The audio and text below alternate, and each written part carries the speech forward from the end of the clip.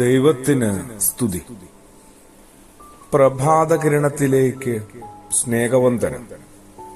ഭാഗം 1623.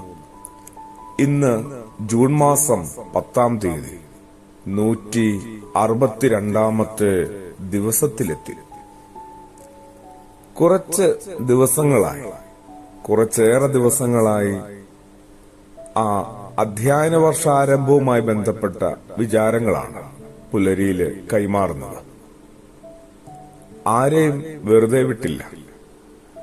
അധ്യാപകരെയും മാതാപിതാക്കളെയും, പിന്നെ ഒടുവിൽ കുഞ്ഞുങ്ങളെയും മക്കളുടെ ഭാഗത്തുനിന്ന് അവരോടായിട്ട് അധികമൊന്നും പറഞ്ഞില്ലേ. എന്തായാലും ഈ പുലരി കൊണ്ട് ഈ വിചാരത്തിന്റെ ഒരു കൂട്ടം നമുക്കൊന്ന് പര്യവസാനിപ്പിക്കണ്ടേ. ഇത് മക്കളോട് മാത്രമല്ല, സകലരോടുമാണ്. ക്രിസ്തുവേശുവിനുണ്ടായ ഒരു ഭാഗ്യമുണ്ട്.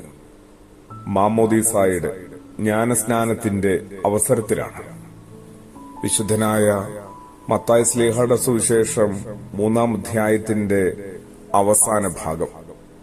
സ്വർഗം തുറക്കുകയാണ്. അവിടെ നിന്ന് ഒരു ശബ്ദം കേൾക്കുകയാണ്. പിതാവാം ദൈവത്തിന്റെ ശബ്ദമാണ്. ഇവൻ എന്റെ പ്രിയപുത്രൻ, ഇവന് ഞാൻ ഇന്ന് പ്രസാദിച്ചിരിക്കുന്നു. ഭൂമിയിലെ ഏതൊരു പുത്രനും പുത്രിയും എപ്പോൾ വേണമെങ്കിലും കേൾക്കാനായിട്ട് അതിനുവേണ്ടി ഭാഗ്യം ചെയ്യണം, അതിനുവേണ്ടി കരുതുകയും ഒരുങ്ങുകയും ചെയ്യണം. ഇങ്ങനെ ഒരു അവസരമുണ്ട് ദൈവത്തിൽ നിന്ന് ഇത്തരത്തിലുള്ള ഒരു സാക്ഷ്യപ്പെടുത്തല് സ്വീകരിപ്പാനായിട്ട്. ഇവൻ എന്റെ പ്രിയപുത്രിയാണ്, ഇവള് ഞാൻ ഇന്ന് പ്രസാദിച്ചിരിക്കുന്നു. ദൈവത്തിന് പ്രസാദകരമായ ഒരു ജീവിതം ഓരോ ദിവസവും നയിപ്പാനായിട്ട് എന്തുമാത്രം ഉത്തരവാദിത്തമുണ്ടെന്നാണ്, എന്തുമാത്രം ബാധ്യതയുണ്ടെന്നാണ് ഇതിൽ നിന്ന് നമ്മൾ മനസ്സിലാക്കേണ്ടത്. വീണ്ടും ഒരു ഭാഗ്യവും കൂടെ ക്രിസ്തുവേശുവിനുണ്ടായിട്ടുണ്ട്. അതുകൂടി ഒന്ന് ശ്രദ്ധയിലേക്ക് കൊണ്ടുവന്നാല് ഏതാണ്ട് കഴിഞ്ഞ 9-10 ദിവസങ്ങളായുള്ള നമ്മളുടെ തുടർ ചിന്തകളെ നമുക്ക് തൽക്കാലം ഒന്ന് പര്യവസാനിപ്പിക്കാം.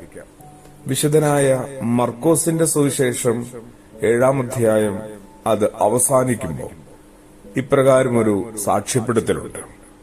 അത് ദൈവത്തിന്റെ ഭാഗത്തു നിന്നല്ല, മറിച്ച് യേശുവിന് ചുറ്റും കൂടിയ ജനക്കൂട്ടത്തിന്റെ ഭാഗത്തുനിന്നാണ്.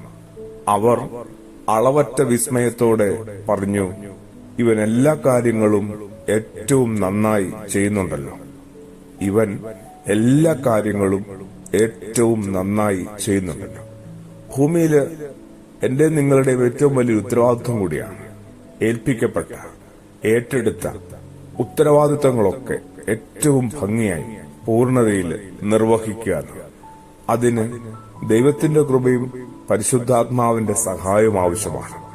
അതിനുവേണ്ടി പ്രാർത്ഥിക്കുകയും പ്രയത്നിക്കുകയും കാത്തിരിക്കുകയും ചെയ്യണം.